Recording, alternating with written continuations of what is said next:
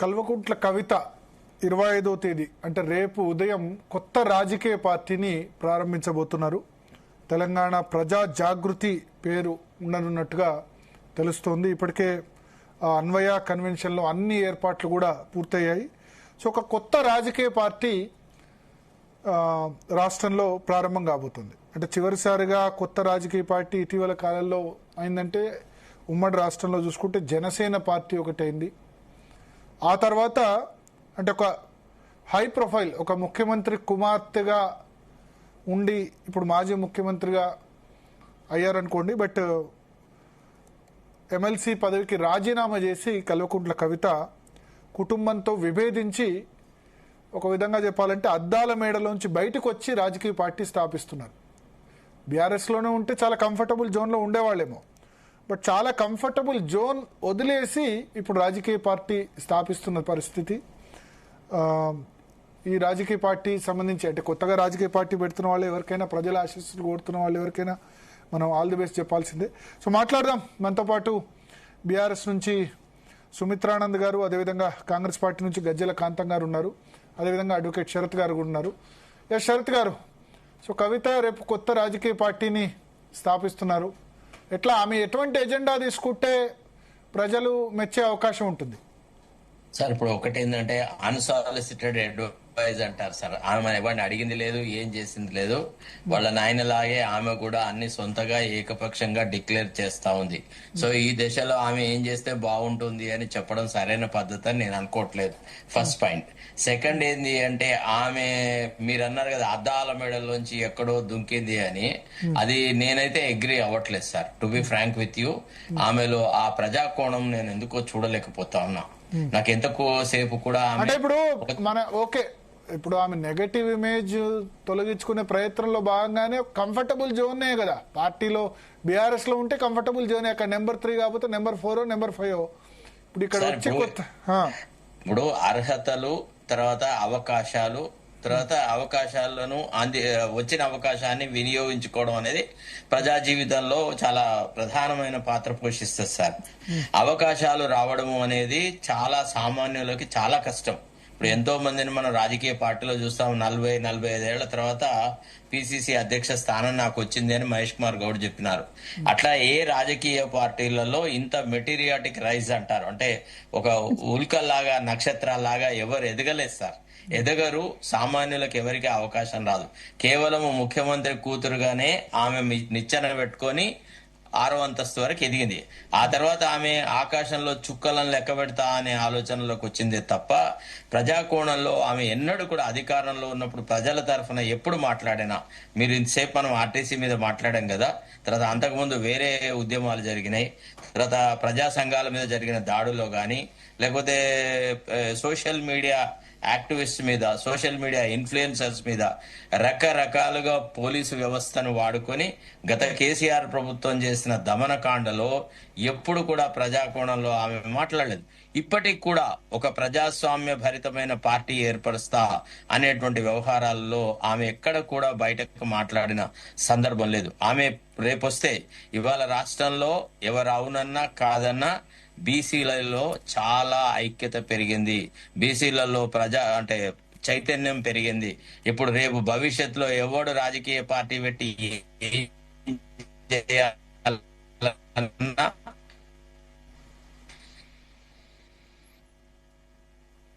రెడ్లను దొరలను పెట్టుకొని వీళ్ళు ఓటు సంపాదిస్తారు అంటే అది చాలా పొరపాటు. ఫస్ట్ ఇప్పుడున్న సంస్థాగతంగా ఉన్న ఏ పార్టీ కూడా అందరూ అంటే బీసీలు అంటే ఓన్లీ ఏదో 2-3 కులాల వాళ్ళు కాదు, ఏదో మున్నూరు కాపులు లేకపోతే గౌడులు వాళ్ళు కాదు, ఈవెన్ ఎంబీసీస్ ను కూడా ఇన్వాల్వ్ చేసుకొని అందరిలో ఒక ఆశాభావం నెలకొత్తి అత్యధికంగా జనాభా ఉన్న మీకు మేలు జరుగుతుంది, ప్రజాస్వామ్యంలో రేపటి మీ భవిష్యత్తు పదిలంగా ఉంటది అని చెప్పగలిగిన వ్యవస్థ వస్తే తప్ప ఇప్పుడున్నట్టుగా ఏదో 5-6 సీట్లు ఇస్తాము, 4-5 ఉద్యమ నాయకులను కొనుక్కుంటాము, కుల సంఘాల వాళ్ళని కొనుక్కుంటాము, మేము వ్యవహారాలు చేస్తారంటే నడవదు సార్. ఆమె గనుక నిజంగా తెలంగాణ ప్రజల హృదయాలలో కొంత స్థానం కావాలంటే ఫస్ట్లీ ఒక అంటే అప్రతిష్ట పాలై ఒక మహిళలు చేయలేనటువంటి నీచాతి నీచమైనటువంటి ఒక వ్యవహారం చేసేసి చాలా అసలు ఆ పార్టీ యొక్క కింద పడిపోవడానికి బీఆర్ఎస్ సర్వనాశనానికి కవిత కాంట్రిబ్యూట్ చేసినంతగా ఎవ్వరు కాంట్రిబ్యూట్ చేయలేదు. ప్రతి విషయాలలో అడ్మినిస్ట్రేషన్లో అంతర్భాగంగా ఉండేవాళ్ళం, మేము చూసేవాళ్ళం చాలా విషయాలను, మేము చాలా దగ్గర నుంచి చూసిన అనుభవంతో చెప్తున్నాం. ఆమె సామాన్య మహిళలాగా ప్రవర్తించలేదు సార్. ఆమె చాలా ఒక రకంగా తన మాట నెగ్గాలనే దానికి తన మాటకు ఎదురుగా వచ్చిన ప్రతి వాడి తలలు నరికింది. అట్లాంటి రాజకీయ వ్యవస్థ నుంచి వచ్చిన తర్వాత ఇప్పటికి కూడా నేనే ముఖ్యమంత్రిని అవుతా అని అంటలేదు. పోనీ పార్టీలో ఇప్పుడు సపోజ్ వేరే ఏదన్నా చేస్తుందా అని అంటే ఇప్పుడు చాలా మంది ఎవరైతే పాపం అంటే రాజకీయాలలో అవకాశాలు ఉండి లేక ఆ కవిత దగ్గరికి పోతున్నారో వాళ్ళు ఎవ్వరు కూడా మళ్ళా తెరమరుగవుతారు. చూడండి, గతంలో కేసీఆర్ దగ్గరికి కూడా ఇట్లనే చాలా మంది ఉద్యమకారులు పోయినారు. పోయిన తర్వాత ఒక ఏడాదిన్నర తర్వాత ఒక్కొక్కడిని ఏరి పారేసేసి లాస్ట్ కు మళ్ళా గుప్పటి దొరల పార్టీగా దాన్ని తీర్చిదిద్దాడు.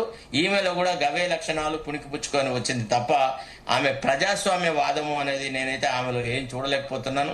కాకపోతే కొత్తగా పార్టీ పెడుతుంది, ఏదో మాటకు మర్యాద వరుసకు మీరు ఎట్లా కంగ్రాచులేషన్ చెప్పినారో నేను అట్లా కంగ్రాచులేషన్ చెప్తున్నా.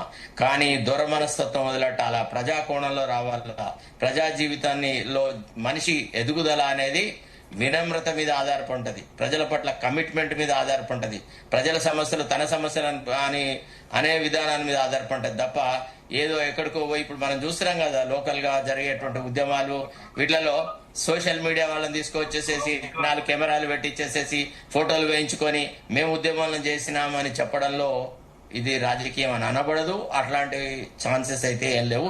ఇప్పుడున్న సంక్లిష్ట పరిస్థితులలో రాష్ట్రంలో చాలా పార్టీలు ఉన్నాయి. ఇప్పుడు రాష్ట్రంలో పార్టీలకు కొరత లేదు. అసలు ఫస్ట్ ఆఫ్ ఆల్ ఒక నిచ్ తనకంటూ ఒక ప్రత్యేక స్థానం సాధించాలా అని అన్నప్పుడు కొన్ని ఎక్స్ట్రాడినరీ క్వాలిటీస్ ఉండాలి. What is the extraordinary quality? ఇప్పటికీ కూడా ఆమె కాంగ్రెస్ కి అనుకూలంగా వ్యవహారం చేస్తుంది తప్ప ఆమె స్వతంత్రంగా ఒక వ్యవస్థ నడుపుతున్నట్టుగా మాత్రం నేనైతే భావించట్లేదు sir. I was a witness to the starting of BRS from the beginning. అంతకంటే ముందే ఇందిరారెడ్డి లాంటి వాళ్ళతో పనిచేసిన అనుభవంతో నేను చెప్తున్నాను. ఆమెలో ఆ స్పార్క్ లేదు. తర్వాత ప్రజలలో అందరిలో ఒక అనుమానం ఉందంటే పరిస్థితి అనుకూలంగా లేకుంటే మళ్ళా ఈమె డాడీ అనుకుంటూ తండ్రి దగ్గర కురుకుతుంది అనే భావన అయితే అందరికి ఉంది సార్. సార్, ఇప్పుడు టీఆర్ఎస్ పేరుకు దగ్గరగా అంటే టీవీఎస్ పేరు అనేది ఇప్పుడు పెట్టబోతుంది. ఇది ఎంతవరకు కలిసి వచ్చే అవకాశం ఉంది కవితకి? ఏ పేరు పెడితే ఏమన్నా సార్, పేర్లో what is there in the name, call it by any name. Rose is a rose అన్నాడు షేక్స్పియర్. నేములో ఏమి లేదు, హృదయాంతరాళాల లోపల అణగారిన ప్రజల పట్ల ప్రేమాభిమానాలు కావాలి. వాళ్ళు నమ్మాలా, ఎస్ ఈమె మా నాయకురాలు, ఇతను మా నాయకుడు అని నమ్మాలా. మీకు విషయం తెలుసా, అసలు పెద్ద పెద్ద పార్టీలు అంటే ఏదో రీజనల్ పార్టీస్ ముఖ్యమంత్రి డిక్లేర్ చేసి అది చేస్తున్నాయి, కానీ కాంగ్రెస్ ఒక స్ట్రాటజీగానే పలానా వ్యక్తి మా ముఖ్యమంత్రి అని చెప్పారు. ఎందుకు చెప్పారు అంటే ఆ వ్యక్తికి ఫ్రెండ్స్ కన్నా ఎక్కువ శత్రువులు ఉంటారు అనే భావనతోనే వాళ్ళు డిక్లేర్ చేయరనమాట. ఇప్పుడు రేవంత్ రెడ్డి ముఖ్యమంత్రి అని చెప్పి ఉంటే కాంగ్రెస్ పార్టీ అధికారంలోకి వచ్చినా సచ్చినా రాకపోవు. సో కాబట్టి ఇవన్నీ చాలా డేంజరస్. ఒక వ్యక్తిని ఫోకస్ గా రాజకీయాలు చేయడం కంటే ప్రజా కోణంలో రాజకీయ పార్టీ నడిస్తే వ్యవస్థ. ఇస్మాయిల్ గారు, మీరు చెప్తారంటే కవిత పార్టీ ఎజెండాలు ఏది ముఖ్యంగా ఉండబోతుందంటారా? దీనికి సంబంధించి ప్రధానంగా ఏది ఎక్కువ ఉండే అవకాశం ఉంది? కవిత పార్టీ జెండా, ఈ ఎజెండాలో ఏది ముఖ్యంగా ఎక్కువ ఉండే అవకాశం ఉందంటారు? ప్రధానంగా అంటే ఎజెండాలు ఏం పొందపరిచినారు కవిత గారు? అదేవిధంగా బీసీ నినాదం ఎత్తుకున్నారు. ఈ బీసీ నినాదం ఎంతవరకు ఈ పార్టీకి కలిసి వచ్చే అవకాశం ఉంది? నా మాట మీకు వినపడుతుందా? వినిపిస్తుంది. మీ ప్రశ్న నాకు వినపడలేదు. ఇప్పుడు కవిత బీసీ నినాదం ఎత్తుకొని ప్రజల్లోకి వెళ్తా ఉన్నారు. ముఖ్యంగా బీఆర్ఎస్ పార్టీని టార్గెట్ చేసిన పరిస్థితి కనిపిస్తోంది. ఎంతమేర కాంగ్రెస్ ప్రభుత్వాన్ని ఎంత టార్గెట్ చేసినా కూడా బీఆర్ఎస్ పార్టీని టార్గెట్ చేసినట్టు కనిపించట్లేదు. సో ఇప్పుడు బీసీ నినాదం ఎత్తుకుంది కాబట్టి ఇది ఎంతమేర జనాల్లోకి వెళ్లే అవకాశం ఉంది, ఎంతమేర వర్కౌట్ అయ్యే అవకాశం ఉంది? ఇప్పుడు ఇంతకంటే ముందు మాట్లాడిన మిత్రుడు నేను సరిగా కొంచెం వినపడింది, పేరు తెలియదు, కొంచెం దయచేసి చెప్పగలరా? శరత్ గారు, అడ్వకేట్ శరత్ గారు. హలో హలో అడ్వకేట్ శరత్ గారు, హలో. మీ సిగ్నల్ ఇష్యూ ఉంది, నేను మళ్ళీ మీ దగ్గరకు వస్తానండి. బ్రదర్ డిస్టర్బెన్స్ ఉంది బ్రదర్, వాయిస్ విత్ క్లారిటీ రావట్. మీది కొంచెం డిస్టర్బెన్స్ ఉంది, నేను మళ్ళీ మీతో మాట్లాడతాను. రైట్, మీరు చెప్పండి. నిజంగా బీసీ నినాదం ఎత్తుకున్న కవిత గారికి ఇప్పుడు వినపడుతుంది చెప్పండి. ఇప్పుడు అడగండి. బీసీ నినాదం ఎత్తుకున్నటువంటి కవిత గారు నిజంగా ఏ మేరకు వర్కౌట్ అయ్యే అవకాశం ఉంది, ఏ మేరకు దూసుకెళ్లే అవకాశం ఉంది ప్రజల్లోకి?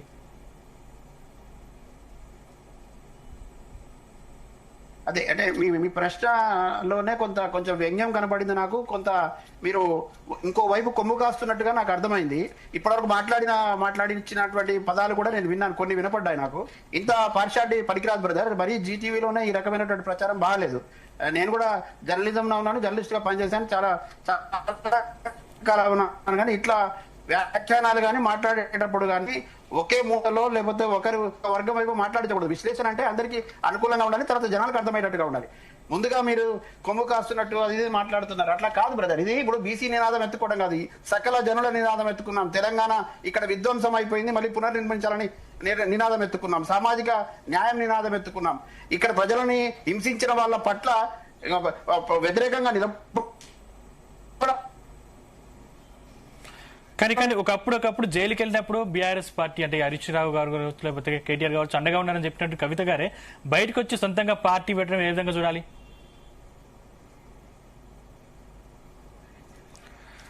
సార్, మీ దగ్గర నెట్వర్క్ ఇష్యూ ఉంది, నేను మళ్ళీ మీతో మాట్లాడతాను. సార్, మీరు చెప్పండి,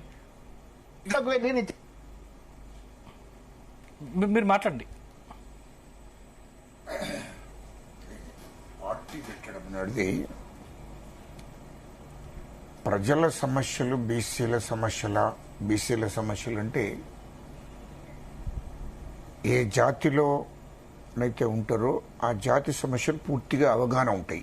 ఏ జాతిలో పుట్టినో ఆ జాతి వాళ్లకు ఆ జాతుల మీద అవగాహన ఉంటుంది. ఎందుకంటే ఆమె పార్టీ పెట్టడం నేను తప్పనడం లేదు.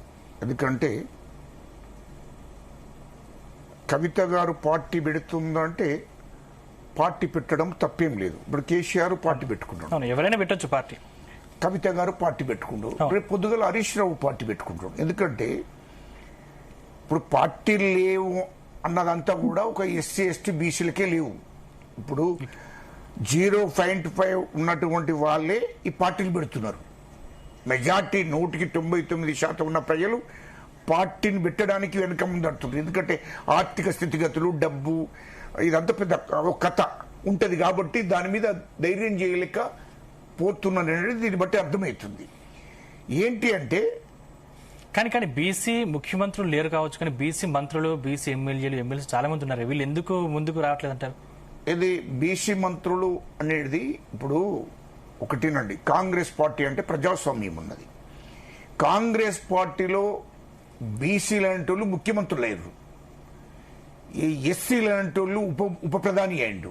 ఇయ్యలో జాతీయ అధ్యక్షులు మల్లికార్జున్ ఖార్గే గారు కాంగ్రెస్ పార్టీ జాతీయ అధ్యక్షులు, ఆయన దళితుడు. ఇయ్యలో బీసీ ఇక్కడ ఒక బీసీ పిసిసి అధ్యక్షుడు బీసీ. నేను ఒకటి అడుగుతున్నా, కేసీఆర్ గారు ఉన్నారు, దానికి అధ్యక్షుడు. ఒక బీసీని చేయగలుగుతాడా? చెప్పాలి. అది బీసీని చేయగలుగుతాడా? పోనీ వర్కింగ్ ప్రెసిడెంట్ ఉన్నాడు, తండ్రి ప్రెసిడెంట్, కొడుకు వర్కింగ్ ప్రెసిడెంట్. ఎందుకు ఒక బీసీని చేయలేకపోతున్నారు? ఒక ఎస్సీని ఎందుకు చేయలేకపోతున్నాడు? ఇప్పుడు ఇంకో ప్రశ్న కూడా, దళితుడిని ముఖ్యమంత్రి చేస్తున్నాడు, ఎందుకు ఏలేకపోయిండ్రు? అంటే దీనికి జవాబు అనేది ఉండదు. రేపు పొద్దుగాల కూడా ఈమె పార్టీ పెట్టినా ఎవరిని ముఖ్యమంత్రిని చేస్తారని రేపు పొద్దుగాల పార్టీలో ప్రకటించగలుగుతుంది? బీసీని ముఖ్యమంత్రి చేస్తారని చెప్పగలుగుతా? ఎస్సీని చేస్తారని చెప్పగలుగుతా? సందర్భాల్లో నేను సీఎం అవుతానని చెప్పి అంతే.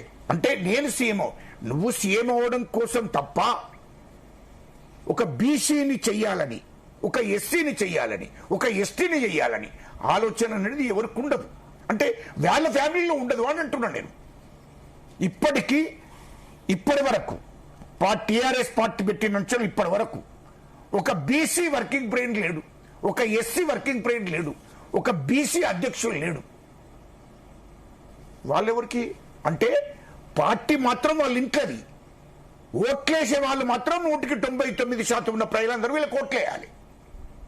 అంటే వీళ్ళు ముఖ్యమంత్రులు ఉండాలి, వీళ్ళు పార్టీ అధ్యక్షులు ఉండాలి, వీళ్ళు వర్కింగ్ ప్రెసిడెంట్లు ఉండాలి, వీళ్ళ డామినేట్ మాత్రం ఉండాలి.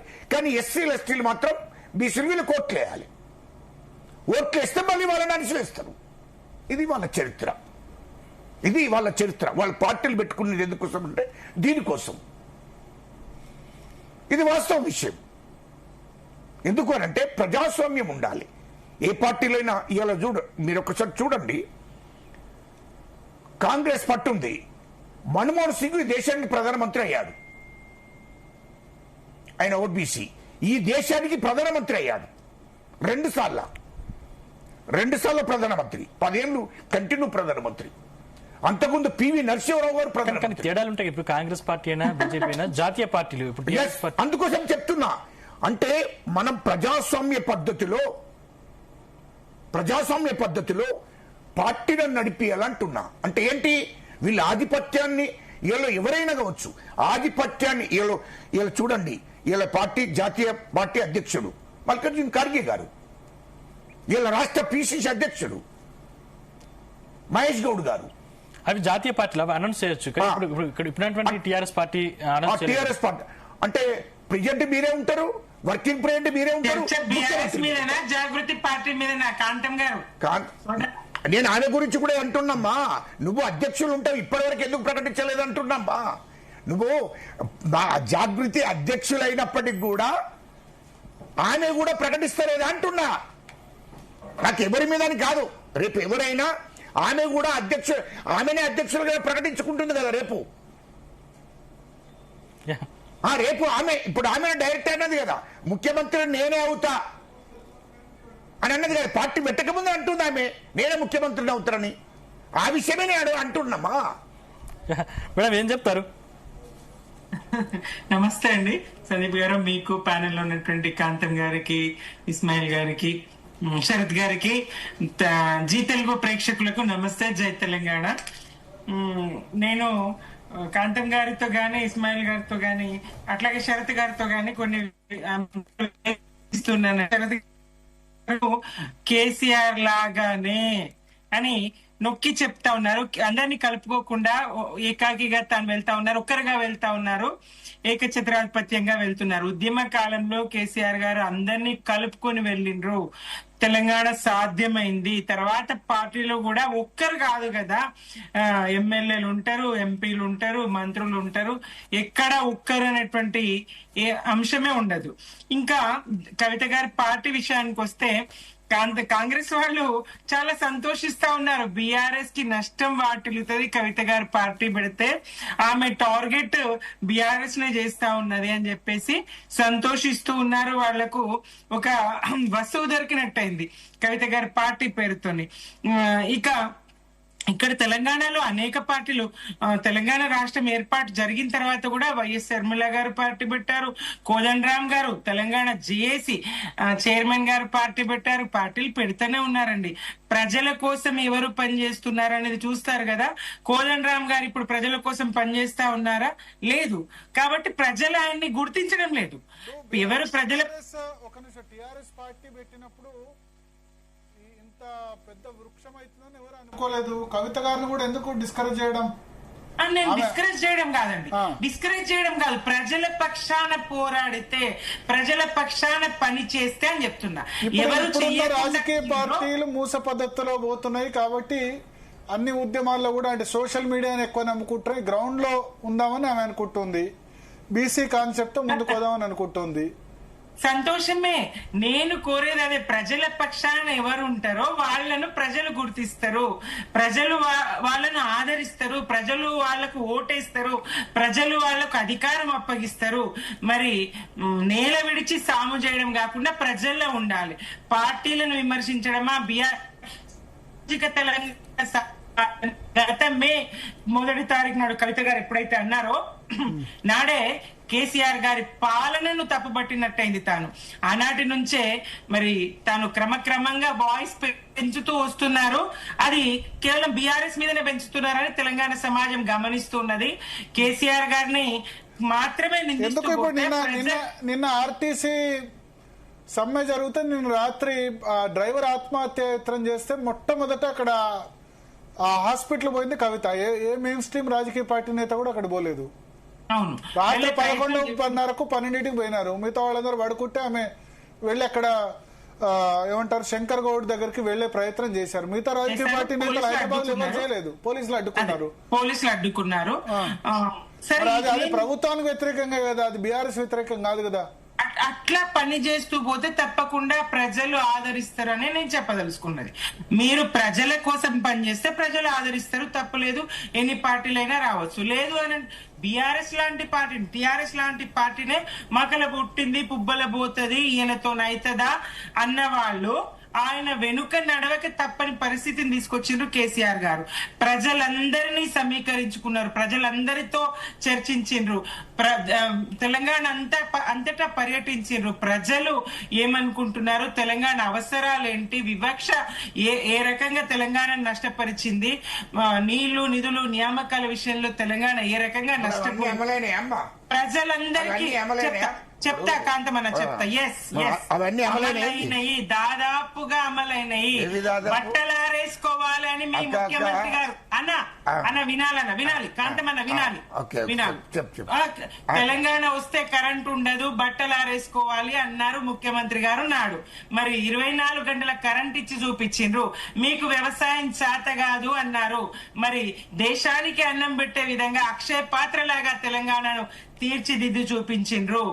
ఏ రకంగా చూసినా ఉద్యోగాల కల్పన గాని 1,63,000 ఉద్యోగాలు, కరోనా లాంటి కష్టకాలాన్ని అధిగమించి రాష్ట్రపతి ఉత్తర్వులు తీసుకురాగలిగి, అలాగే ప్రాజెక్టుల నిర్మాణం అయినా, చెరువుల పూడికతీతైనా, విద్యారంగమైనా, వైద్య రంగమైనా నేను రాను బిడ్డో సర్కారు దవాఖానకని పాడుకునే స్థితి నుంచి సుఖప్రసవాలు ప్రభుత్వ ఆసుపత్రుల్లో అవుతాయి, మాతా శిశు సంరక్షణ జరుగుతుంది, ఆడపిల్ల ఉడితే 13,000 వస్తుంది, కేసీఆర్ కిట్ వస్తుంది, మగపిల్లవాడు ఉడితే 12,000 వస్తాయి అన్నట్టుగా.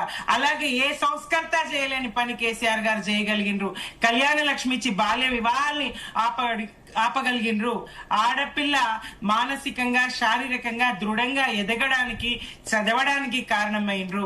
ఈ రకంగా చూస్తూ పోతే అన్ని వర్గాలకు, ఒంటరి మహిళను దేశంలో ఎవరైనా గుర్తించిండ్రా, బీడీ కార్మికురాలను ఎవరైనా గుర్తించిండ్రా, వాళ్ళందరినీ గుర్తించిండ్రు. ఇవన్నీ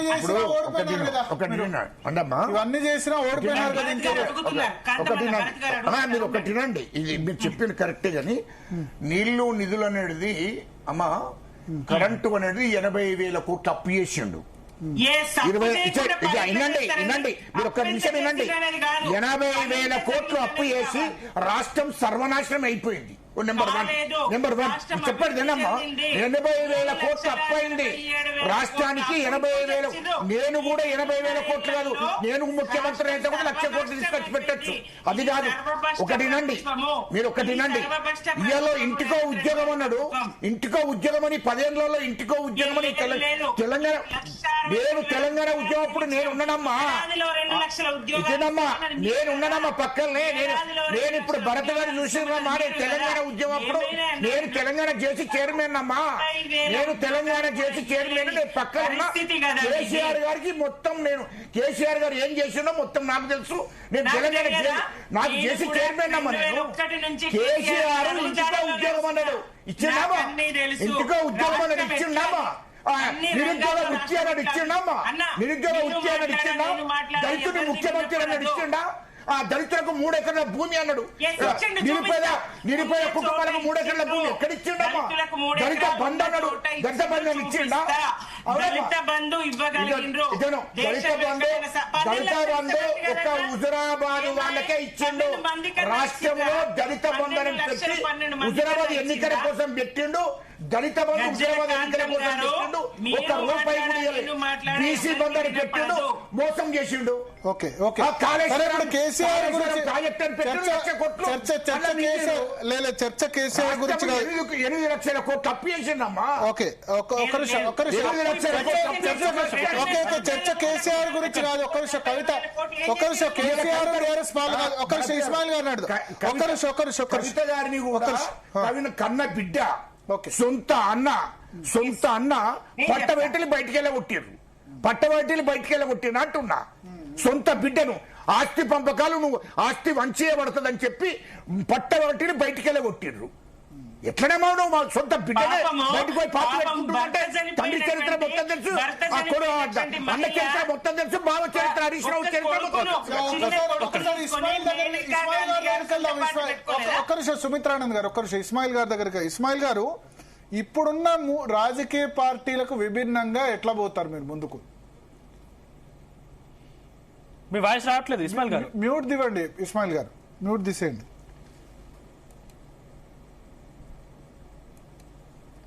మ్యూట్ తీసేసి మాట్లాడండి ఇస్మాయిల్ గారు. చోట వెహికల్ ఆపుకోవాల్సింది. యా ఇస్మాయిల్ గారు వినబడుతుందా? మ్యూట్ తివ్వాలి, మీరు మ్యూట్ తీసేయాలి, మ్యూట్ తీసి మాట్లాడాలి. ఇస్మాయిల్ గారు, ఫోన్ చేస్తాం బయట. ఇస్మాయిల్ గారు మ్యూట్ తీసి మాట్లాడాలి. అన్న వినపడుతుందా? వినబడుతుంది ఇప్పుడు. ఓకే అన్న మీ ప్రశ్న మళ్ళీ ఒకసారి చెప్పండి. మీరు ఇప్పుడున్న రాజకీయ పార్టీలకు భిన్నంగా కొత్తగా ఎట్లా వెళ్తారు? కొత్తదనం ఏంటి ఈ పార్టీలో? అన్న ఇప్పుడు మన కళ్ళ ముందు జరిగినటువంటి సజీవ సాక్ష్యమే చెప్తాను. ఇప్పుడు కాంగ్రెస్ వాళ్ళు బీఆర్ఎస్ వాళ్ళు మాట్లాడుకుంటున్న తీరు చూసాం కదా. వీళ్ళు ప్రజలకు సంబంధించినటువంటి ప్రజలకు సేవ చేయాలని కానీ ప్రజలకు మాట ఇచ్చి వచ్చాం, వాగ్దానాలు ఇచ్చి వచ్చాం, వాళ్ళకు జవాబుదారీగా ఉండాలనే ఆ సోయిలో ఉన్నట్టుగా అనిపించడం లేదు. ఎందుకంటే 10 ఏళ్లు పాలించినటువంటి బీఆర్ఎస్ పార్టీని ఇంట్లో ఎందుకు కూర్చోబెట్టారు ప్రజలు ఎందుకు ఆ తీర్పు ఇచ్చారంటే ప్రజలే తప్పు చేశారనే యాంగిల్లో ఇంకా బీఆర్ఎస్ పార్టీ వాళ్ళు ఉన్నారు, దాన్నే సమర్థించుకునే పరిస్థితిలో ఉన్నారు. ఇప్పుడు అసలు జరిగిన అవకతవకల మీద ఆలోచన చేసే దాంట్లో కూడా లేరు. సేమ్ టైం ఏదైతే బీఆర్ఎస్ పార్టీ మోసం చేసిందని చెప్పి, కాళేశ్వరంలో అవినీతి జరిగిందని చెప్పి, ఆధారాలు ఉన్నాయని చెప్పి ప్రచారాస్త్రంగా తీసుకొని ఎన్నికల్లోకి వచ్చి గెలిచిన తర్వాత కాంగ్రెస్ పార్టీ కూడా ప్రజలకు వ్యతిరేకంగా పనిచేస్తా ఉన్నది. బీఆర్ఎస్ కాంగ్రెస్ మీద కక్ష తీర్చుకోవడం కోసం, కాంగ్రెస్ బీఆర్ఎస్ మీద విమర్శలు చేయడం కోసం ప్రజలు అధికారం ఇవ్వలేదు. ప్రజలకు సేవ చేయాలని ఇచ్చినారు, ఇంతకంటే మంచి పరిపాలన ఉండాలని ఇచ్చారు. కానీ వీళ్ళిద్దరు ఆ పని చేయడం లేదు. కాబట్టి ప్రత్యామ్నాయంగా ఒక రాజకీయ శక్తి అవసరం ఉన్నది, ప్రజల బాగోగులు చూసేటటువంటి నాయకత్వం అవసరం ఉన్నది. మరీ ముఖ్యంగా తెలంగాణ కోసం కొట్లాడి అమరులైనటువంటి అమరుల కుటుంబాలకు సంబంధించి కానివ్వండి, అమరుల త్యాగాలకు సంబంధించి కానివ్వండి, ఉద్యమకారుల త్యాగాలకు సంబంధించిన కానివ్వండి, సంరక్షించే బాధ్యత తీసుకోవాల్సింది ప్రభుత్వాలు. కానీ అవి విస్మరించి ఉన్నాయి, మరింత విధ్వంసం చేసి ఉన్నాయి. కాబట్టి తెలంగాణను పునర్నిర్మించుకోవాల్సిన అవసరం ఉన్నది. మరీ ముఖ్యంగా ఇందాక గజ్జల కాంతమన్న మాట్లాడిందంటే ఒక నిజం ఉన్నది. ఆయన మొట్టమొదట జేఏసీ చైర్మన్, ఆయన మొట్టమొదట కార్యాచరణ పెట్టినప్పుడు బెల్లన్న, తర్వాత కాంతమన్న వీళ్ళందరూ పెట్టినప్పుడు అసలు మిగతా వాళ్ళు లేరు. ఇప్పుడు మాట్లాడుకుంటున్న కొంతమంది పేర్లు లేవు. కానీ ఆ రోజు ఉన్నటువంటి పరిస్థితికి భిన్నంగా, ఆ రోజు ఇచ్చినటువంటి హామీలు, మాట్లాడినటువంటి తీరుకు భిన్నంగా బీఆర్ఎస్ ప్రభుత్వం వ్యవహరించింది. ఇప్పుడు నేను స్పష్టంగా మేము ఏం చెప్పదలుచుకుంటున్నాం అంటే, మాలాంటి సప్పండ వర్గాల ప్రయోజనాలు ఆశించేటటువంటి సప్పండ వర్గాల బిడ్డల నాయకత్వం ఇప్పుడు అవసరం ఉన్నది. సప్పండ వర్గాల ప్రయోజనాలు నెరవేర్చాల్సిన అవసరం ఉన్నది. ప్రజల ఆకాంక్షలకు అనుగుణంగా ముందుకు సాగాల్సిన అవసరం ఉన్నది. సామాజిక తెలంగాణ ద్వారానే అది సాధ్యమైందని మేము భావిస్తా ఉన్నాం. సర్వోదయ తెలంగాణను సాధించాలనుకుంటున్నాం, సంపూర్ణ తెలంగాణను సాధించాలనుకుంటున్నాం. కేవలం ఆయన ఒక తెలంగాణ తల్లిని పెడితే ఈయన ఒక తెలంగాణ తల్లిని పెట్టి మా తల్లిని అవమానించేటటువంటి ప్రభుత్వాలు మాకు వద్దనుకుంటున్నాం. రేపు ఇక్కడ ఉన్నటువంటి ప్రజల బాగోగులను చూసేటటువంటి ప్రభుత్వం రావాలనుకుంటున్నాం. ఈ ప్రజా వ్యతిరేక పాలనపై పోరాడాలనుకుంటున్నాం.